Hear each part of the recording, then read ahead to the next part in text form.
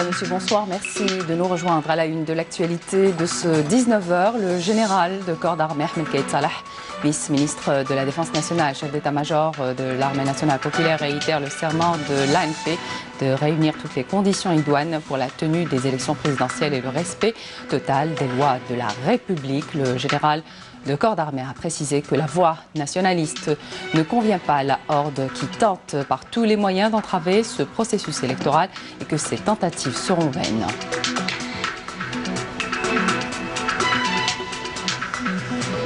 « 80 postulants aux élections présidentielles, dont 3 femmes ont retiré les formulaires de souscription des signatures individuelles. Le retrait se fait au niveau du siège de l'autorité nationale indépendante des élections, tout comme la réception des dossiers de candidature. Attribution des locaux commerciaux relevant de l'OPG et de l'ADL au profit des jeunes entrepreneurs qui rencontraient des difficultés en matière de foncier et d'immobilier. La CNAC, la Caisse nationale d'assurance chômage, a bénéficié d'un quota de ces locaux. Un reportage à suivre dans cette édition. Et puis, à la veille du lancement de la saison saharienne, tous les opérateurs concernés sont mobilisés pour augmenter la recette du secteur. Vols hebdomadaires et tarifs concurrentiels des visas délivrés en moins de 48 heures. L'occasion pour vous peut-être de découvrir le Grand Sud. Bienvenue à tous. Dans son allocution d'orientation, le général de corps d'armée Ahmed Gaïd Salah, vice-ministre de la Défense nationale, chef d'état-major de l'armée nationale populaire, a adressé des messages forts lors de sa visite d'inspection et de travail dans la 3e région militaire à Béchar. Des messages à travers lesquels il a réitéré le serment de l'armée nationale populaire de réunir toutes les conditions idoines pour la tenue des élections présidentielles et le respect total des lois de la République. Le général de corps d'armée a précisé que la voie nationaliste ne convient pas à la horde qui tente par tous les moyens d'entraver ce processus électoral et que ces tentatives seront vaines. Amel Bouarba. سيادة الفريق زيارتك اليوم لينا راهي مشرفتنا ونقول لك سيادة الفريق الجزائر راهي في أيدي أمينة. سيادة الفريق الجزائر راهي أرضنا وعرضنا وشرفنا مستعدين نحميوها بدمنا وبالغالي وبكل. L'Algérie, une terre et un honneur dignement préservés par l'armée nationale populaire. En dépit des multiples tentatives d'atteinte à sa stabilité et sécurité, l'amour de la patrie est plus fort que tout dans le cœur de tous les Algériens qui réitèrent leur soutien indéfectible et leur fidélité et loyauté à leur armée nationale populaire.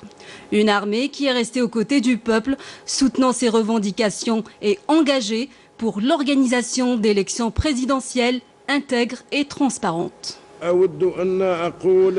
Je tiens à dire en toute franchise que les 7 derniers mois, durant lesquels le peuple est sorti pour exprimer ses revendications légitimes de manière pacifique, n'a trouvé à ses côtés que l'institution militaire et son commandement nationaliste qui a su le soutenir et le protéger et qui a réussi, avec perspicacité et sagesse, à préserver la cohésion des institutions de l'État et garantir leur bon fonctionnement.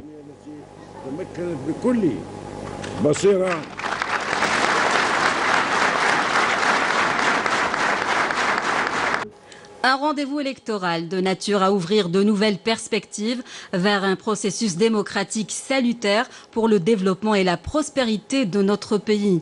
C'est d'ailleurs dans le cadre de ce noble objectif qu'œuvre l'armée nationale populaire qui accompagne toutes les marches populaires et veille à barrer la route au plan de la horde qui tente de faire obstacle à ce processus national vital. Le haut commandement de l'armée nationale populaire, en accompagnant les marches populaires pacifiques et en traçant les jalons de la tenue de présidentielles libres et transparentes, a contraint ce clan à faire tomber les masques et a permis à l'opinion publique de les démasquer et de connaître les intérêts qu'il défend et au profit de quel agenda il agit. Nous appelons les citoyens à se mobiliser massivement afin de faire de ce rendez-vous un point de départ au processus de renouvellement des institutions de l'État et à faire de cette échéance électorale une réussite. Ce qui permettra d'élire un nouveau président jouissant de toute la légitimité afin de diriger le pays et concrétiser les aspirations du peuple.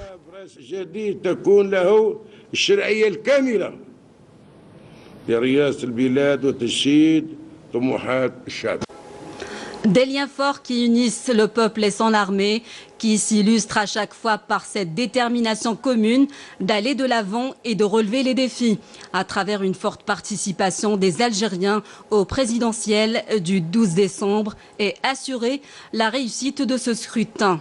L'armée nationale populaire veillera à apporter toutes les facilités pour garantir le succès de cette opération électorale, concrétiser les aspirations du peuple et faire en sorte que l'intérêt de la nation prime sur toute autre considération. Nous sommes parfaitement convaincus que le peuple algérien, conscient de son intérêt et de celui de son pays, ainsi que de l'ampleur des défis rencontrés, saura comment agir lors de ce scrutin national décisif et comment relever le défi à travers une participation forte et massive dans cet effort nationaliste constructif, en s'acquittant de son devoir national en toute liberté et transparence, dans un climat empreint de conscience profonde de l'importance de cet événement et son rôle primordial dans la réalisation des espoirs des millions de valeureux chouhada et des ambitions des générations de l'indépendance.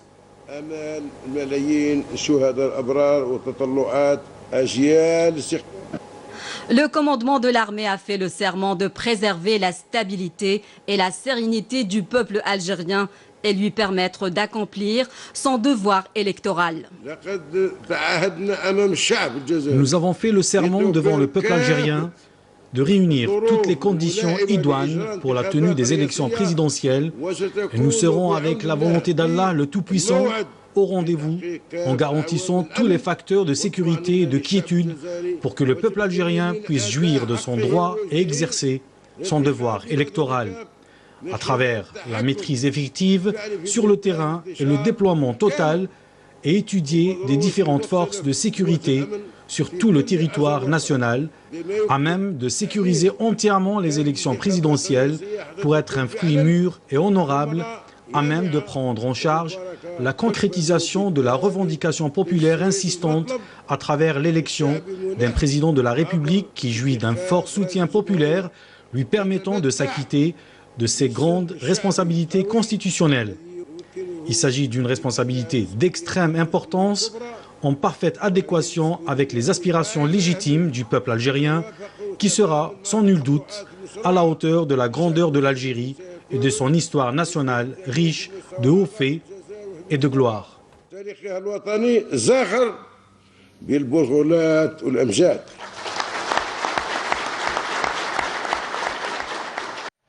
80 postulants aux élections présidentielles, dont 3 femmes ont retiré les formulaires de souscription des signatures individuelles. Le retrait se fait au niveau du siège de l'autorité nationale indépendante des élections, tout comme la réception des dossiers de candidature. Et c'est l'autorité elle-même qui aura à les examiner et trancher leur sort. Badia Amarni. 80 postulants aux élections présidentielles du 12 décembre prochain. Ce nombre a été annoncé ce week-end par le chargé de l'information au niveau de l'instance nationale indépendante des élections. Parmi ces postulants, des responsables de partis, des personnalités politiques, en plus de 3 femmes candidates indépendantes. Le retrait des formulaires de souscription de signatures individuelles se fait au niveau du siège de l'autorité, procédure nouvelle qui rentre dans le cadre des prérogatives contenues dans la loi portant création de l'ANI, Autorité nationale indépendante des élections. Les dossiers de candidature à l'élection présidentielle seront réceptionnés au niveau de cette autorité qui aura à les examiner, une mission qui était auparavant du ressort du Conseil constitutionnel. Parmi les prérogatives léguées par l'administration à cette autorité pour la préparation des présidentielles, la tenue du fichier national du corps électoral et des listes électorales des communes et des centres diplomatiques et consulaires à l'étranger. Notons que l'opération d'installation des délégations wilayales a été lancée mercredi dernier au niveau local. Et pour plus d'efficacité et d'intégrité, il a été adopté une nouvelle application dans l'opération d'assainissement des listes électorales. C'est ce qu'a annoncé l'ANI lors d'une de ses sorties sur le terrain pour s'enquérir des conditions de déroulement du processus de révision exceptionnelle des listes électorales lancées le 22 du mois en cours.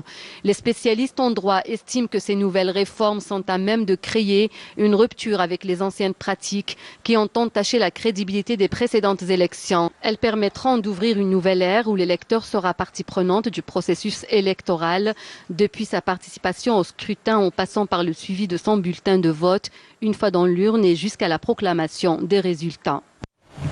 Et les élections présidentielles qui demeurent la seule issue possible pour une sortie de crise vous propose d'écouter les avis de nos concitoyens.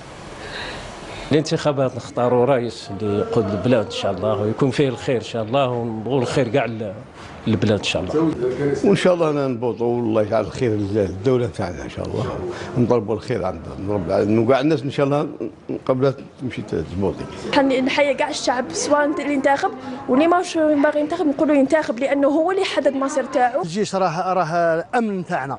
الامن تاعنا وراه يعس علينا وراه المهم هو اللي راه شاد الجزائر والله يخلي لنا قايد صالح والله يجيب لنا واحد الرئيس اللي يكون بمعنى كلمه. نتمنى ان شاء الله باش نخرجوا برئاسيات ان شاء الله تخرج بلادنا من الازمه وان شاء الله رحنا مع الانتخابات ومع الإجراءات اللي دارها الجيش الوطني الشعبي ونشكروا كل الجيش الوطني الشعبي وقوات الأمن وعلى رأسها المجاهد القائد القايد صالح. لازم يكون رئيس الجمهورية ورئيس الجمهورية هو الحل الوحيد للمسار الديمقراطية في الجزائر. نديروا يد في اليد ان شاء الله بينا بالجيش تاعنا بالشعب تاعنا ان شاء الله من اجل ان شاء الله باش يكون رئيس ان شاء الله جديد اللي يخدم العباد ان شاء الله ويخدم البلاد ان شاء الله. الأمن هو الصح هو كل شيء ما كانش الامن ما كان والو وحنا نشكروا الامن ونشكروا القايد صالح ماشي من الجهه الغربيه اللي احنا ساكنين فيها الحدوديه الى شرق البلاد الى شمالها الى جنوبها عامه وين ما كان وضع رجله رحنا معه وهو اللي خلانا نسيروا في هذا هو اللي حمى البلاد حمى الديمقراطيه الجيش الوطني الشعبي هو اللي حمى كل هذا الشيء وهو اللي دار لنا خلانا نتكلموا حتى بحريه ونقولوا واش بغينا. Et depuis son lancement le 22 septembre de ce mois en cours, la révision des listes électorales se poursuit dans plusieurs wilayas du pays, à l'exemple de la wilaya de Béchar où l'opération s'effectue en bonne et due forme. Jazia Bayou. Dans la commune d'El Qnatsa, tous les moyens humains et matériels ont été mobilisés pour assurer le bon déroulement de l'opération de révision des listes électorales.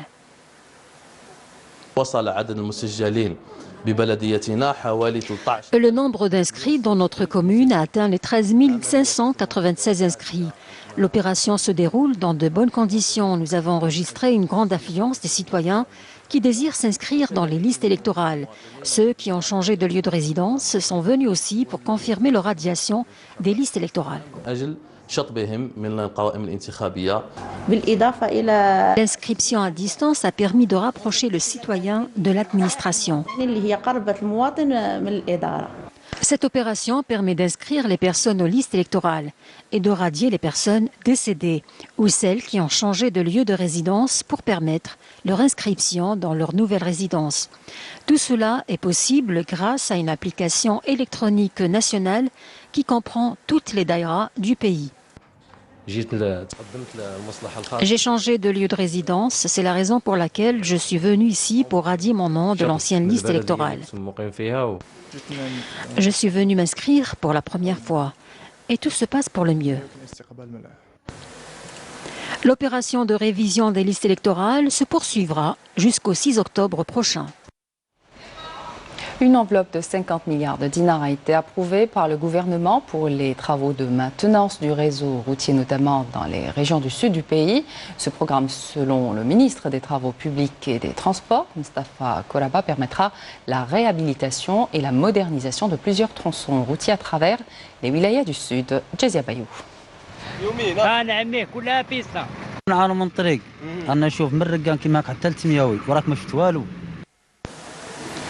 Un calvaire permanent que les usagers de l'axe routier Rgan, Timiaouine, en passant par Bourj Baji Mokhtar, vivent au quotidien.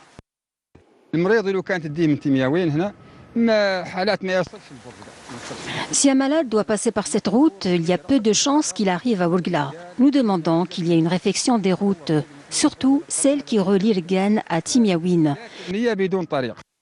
C'est une région montagneuse et saharienne qui connaît des vents de sable terribles et de fortes chaleurs, ce qui nécessite des études bien approfondies sur la nature de la région avant d'entamer n'importe quel projet. Le ministre du secteur, qui a inspecté plusieurs points de la RN6, a tenu à rappeler que le gouvernement a dégagé une enveloppe financière supplémentaire afin de poursuivre les travaux concernant l'axe routier qui relie Ergan à Bourj Beji Mokhtar, un projet estimé à 1000 milliards de centimes.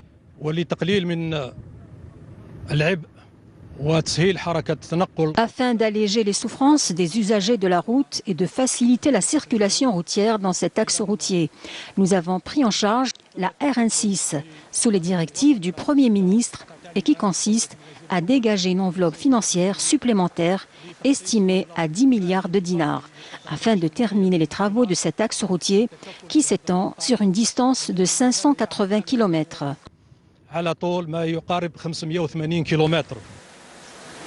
Et pour assurer une plus grande rapidité de réalisation, les travaux ont été confiés au groupe Cosider en insistant sur la qualité de réalisation.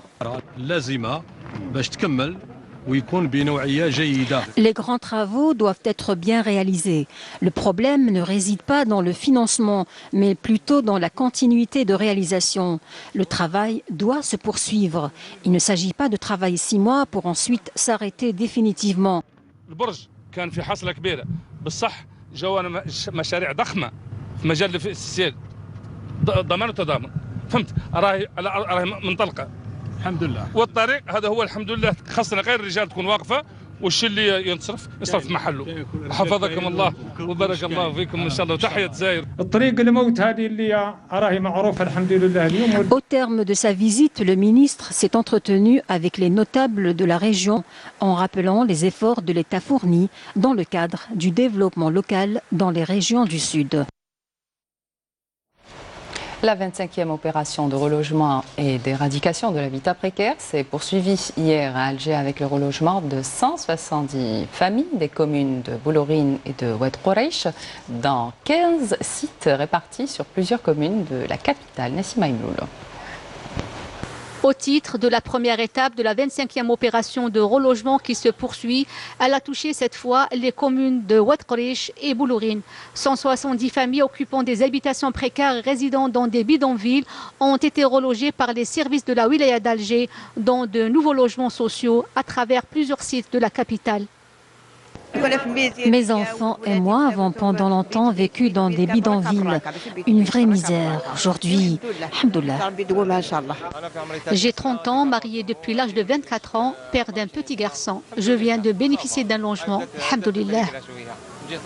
Je suis très heureuse de mon nouveau logement, surtout après 11 ans d'attente. C'est toute ma famille qui est heureuse. Mon fils a aussi eu un logement juste en face de moi. Il est à noter que les familles exclues de cette opération de relogement pourront faire des recours auprès de la wilaya d'Alger. On me demande d'aller habiter avec mon fils. Mais comment? Il a 5 enfants et vient de bénéficier d'un F3.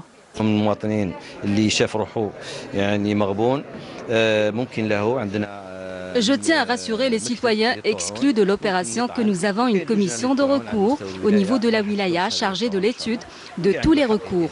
Cette opération de relogement a concerné dans la commune de Oued Khoreish 124 familles qui vivaient dans des bidonvilles et habitations précaires au niveau de Djnen Chaland. Alors que dans la commune de Boulorine, le relogement a touché 46 familles issues de 4 sites de transit.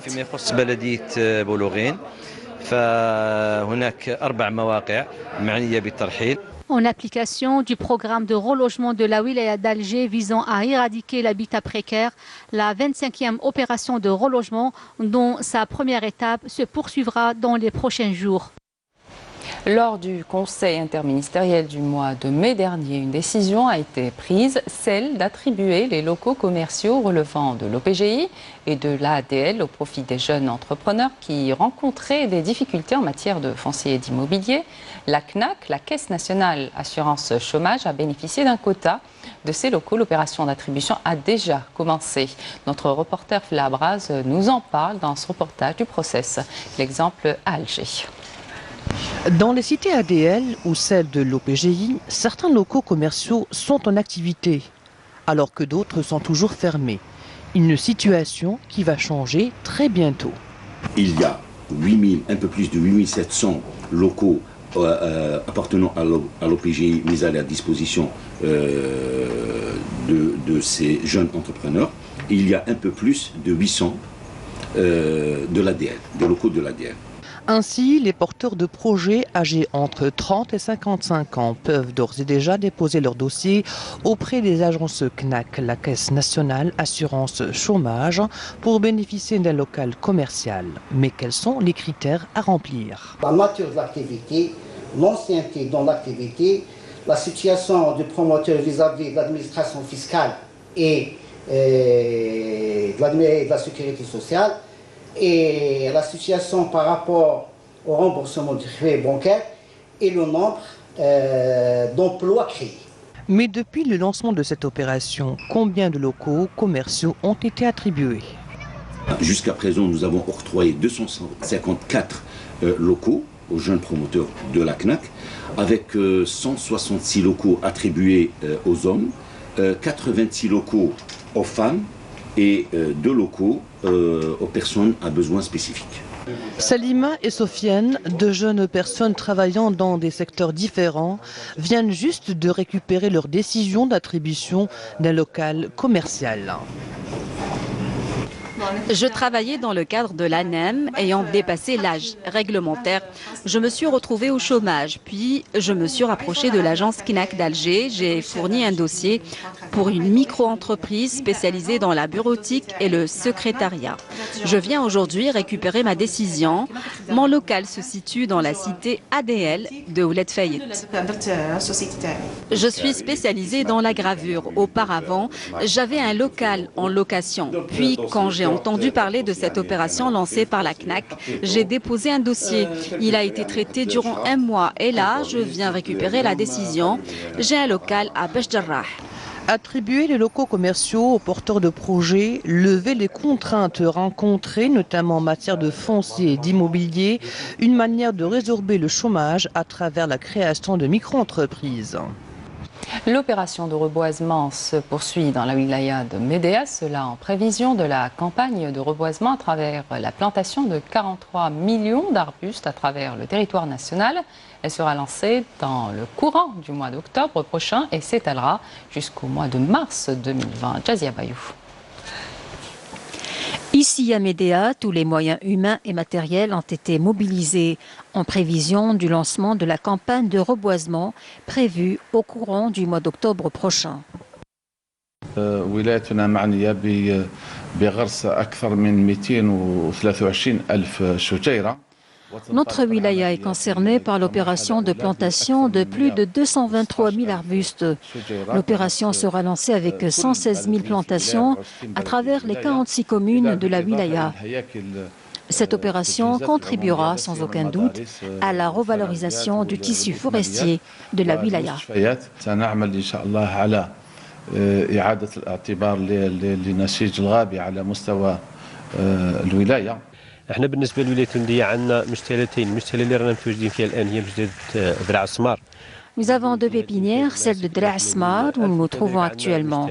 Cette pépinière enregistre une production de 80 000 arbustes et plants forestiers. La deuxième pépinière se trouve à Ouled Antar, ce qui augmente le nombre de productions à 115 000 arbustes.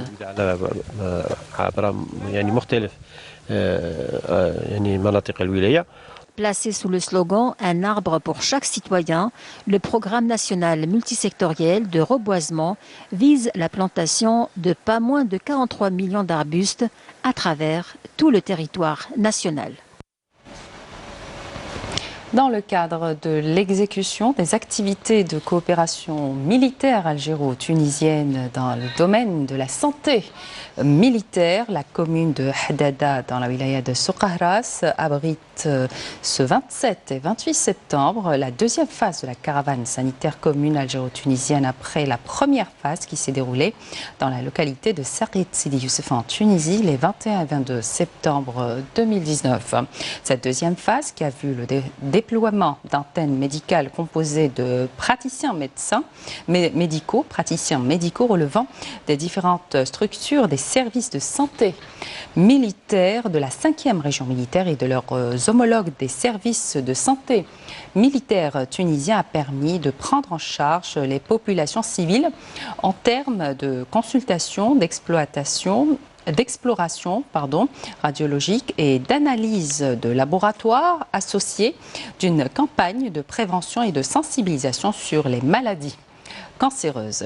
Il convient de signaler que cette caravane sanitaire commune algéro-tunisienne, qui est organisée pour la 3e fois consécutive après le succès enregistré lors des précédentes caravanes en 2017 et 2018, a pour objectif de promouvoir la coopération bilatérale entre les services de santé militaire des deux pays et de répondre aux doléances des populations des zones frontalières entre l'Algérie et la Tunisie, qui ont exprimé à leur tour leur satisfaction et leur appréciation de cette initiative qui a permis à de nombreux citoyens de la région et des zones limitrophes de bénéficier de soins de qualité et ont émis le souhait de perpétuer ce genre d'initiative au profit des citoyens de ces zones. Je vous propose à présent d'écouter la déclaration du colonel Ali Mrina. طبقا لتعليمات السيد فريق نائب وزير الدفاع الوطني ورئيس أركان الجيش الوطني الشعبي وفي إطار تنفيذ برنامج نشاطات التعاون العسكري الثنائي الجزائري التونسي في مجال الصحة العسكرية لسنة 2019 يسعدني ويشرفني اليوم ونحن نلتقي ضمن أشغال القافلة الصحية العسكرية المشتركة على مستوى المناطق الحدودية الجزائرية التونسية أن أتقدم لكم أصالة عن نفسي ونيابة عن سيد لواء قائد الناحية العسكرية الخامسة بأسمى عبارات الترحيب ببلدكم الثاني الجزائر. Au plan sécuritaire, un détachement combiné de l'armée nationale populaire a découvert hier, lors d'une opération de recherche et de fouille menée près de la bande frontalière sud à Tamanrasset, une cache d'armes et de munitions contenant un fusil mitrailleur de type FMPK, un pistolet mitrailleur de type Kalachnikov, 576 balles de différents calibres, 5 chargeurs de pistolet mitrailleur Kalachnikov, un chargeur de pistolet automatique Tokarev, 2 porte-chargeurs de pistolet mitrailleur Kalachnikov, 4 parties vides de chaînes de munitions de fusils mitrailleurs FMPK.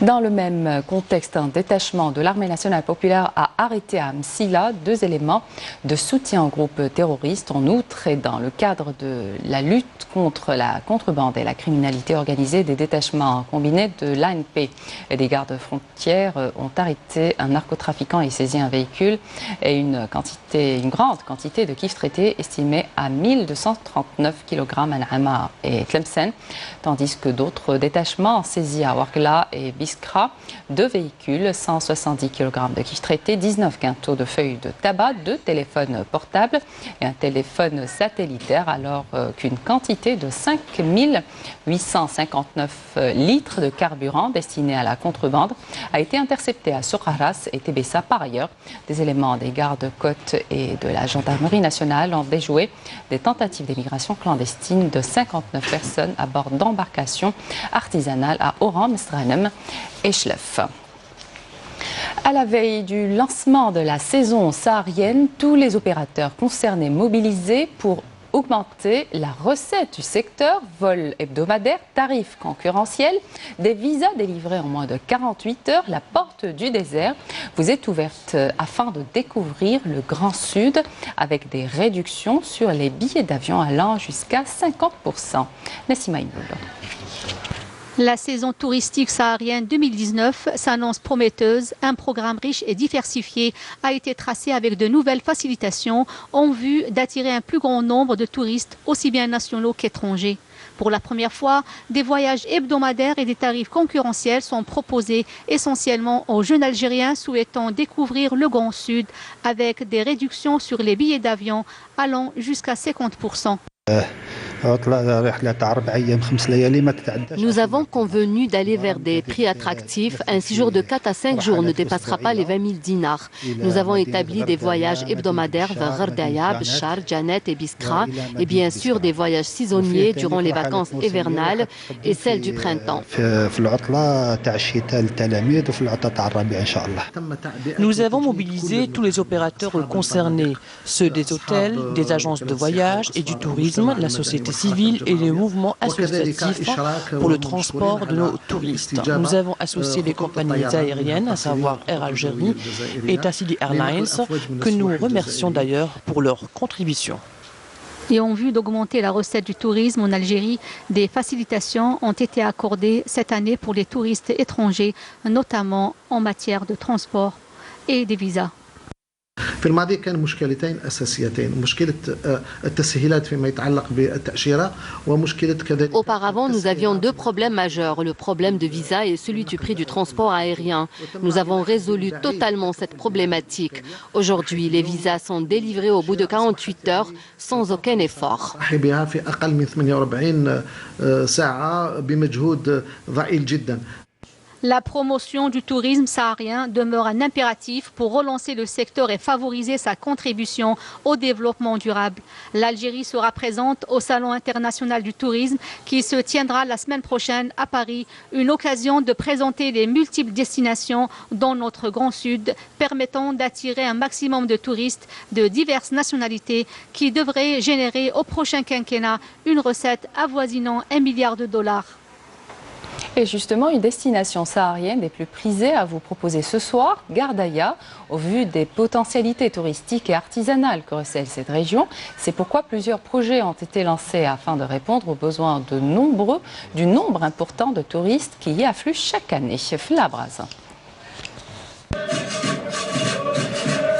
Ghardaya, capitale de la vallée du Mzab, une destination touristique prisée par les touristes nationaux et étrangers. Une région qui recèle de véritables lieux à découvrir, de par son patrimoine, son histoire et ses vestiges. Ghardaya, c'est la perle du Sahara et du Sud. C'est une région qui mérite d'être visitée. Ces gens sont réputés par leur hospitalité, leur générosité et leur gentillesse.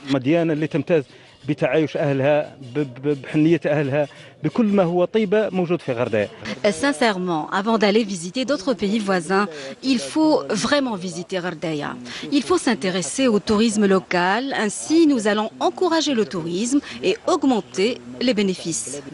Nous avons remarqué ces dernières années que l'Algérien s'intéresse de plus en plus au tourisme local et à sa promotion. C'est une très bonne chose pour nous. À Ghardaya, l'augmentation des capacités d'accueil et d'hébergement est devenue une nécessité compte tenu du nombre croissant de touristes. Ainsi, plusieurs infrastructures hôtelières sont en cours de réalisation. Nous avons enregistré plus de 500 demandes relatives à la réalisation de complexes touristiques ou d'hôtels. En ce qui concerne le nombre d'hôtels en cours de réalisation, nous avons plus de 70, dont 15 qui sont déjà prêts à accueillir les clients.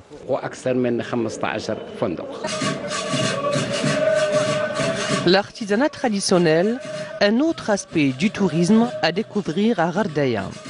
Une richesse jalousement préservée et mise en valeur dans les différentes occasions, notamment les salons. Et justement, le Palais de la Culture, Moufti Zakaria, accueille depuis hier l'exposition Leonardo Opera Omnia. C'est une reproduction numérique des plus célèbres tableaux d'art du célèbre peintre italien Leonardo de Vinci, mort il y a 5 siècles. Parmi les œuvres exposées, vous pouvez contempler la copie de la peinture la plus connue dans le monde, la Jaconde, aussi dite portrait de Mona Lisa. Samia Boharour. Un génie de son siècle, un homme de science et d'art qui révolutionna les techniques picturales de la Renaissance italienne. Référence ultime, 500 ans après sa disparition, l'Algérie reçoit une collection des œuvres de Léonard de Vinci. Il s'agit de 17 tableaux en reproduction haute définition des originaux de Leonardo da Vinci. Michelangelo et Leonardo sont un peu nos symboles de la Renaissance. Et Leonardo dans sa variété, parce que Leonardo c'est pas seulement la peinture qu'on a dans cette salle ici, Mais Leonardo, c'est aussi la technologie, la capacité d'inventer le futur. 17 reproductions numériques nous renvoient vers le travail de Vinci qui se voulait avant-gardiste grâce aux techniques scientifiques utilisées en peinture. Comme vous pouvez le constater sur les peintures de Vinci, les détails sont très marqués et ceci grâce à ses travaux scientifiques. C'est ce qui apparaît sur les teintes vertes de l'herbe et l'aspect de l'air. Alors Da Vinci est un artiste qui ne peut pas être considéré tout simplement comme un artiste italien, même pas européen, mais universel. C'est donc un artiste qui a touché différents domaines de la science, de l'art, de l'architecture, du savoir en général et qui s'est intéressé à toutes les cultures. Le tableau l'Annonciation, c'est dans l'expression de l'Annonciation, il est en rapport avec ce que je fais de mon quotidien, la coiffure. Elle possède tout le magnétisme du monde. La Mona Lisa, l'œuvre d'art de Vinci, trône pour quelque temps au Palais de la Culture.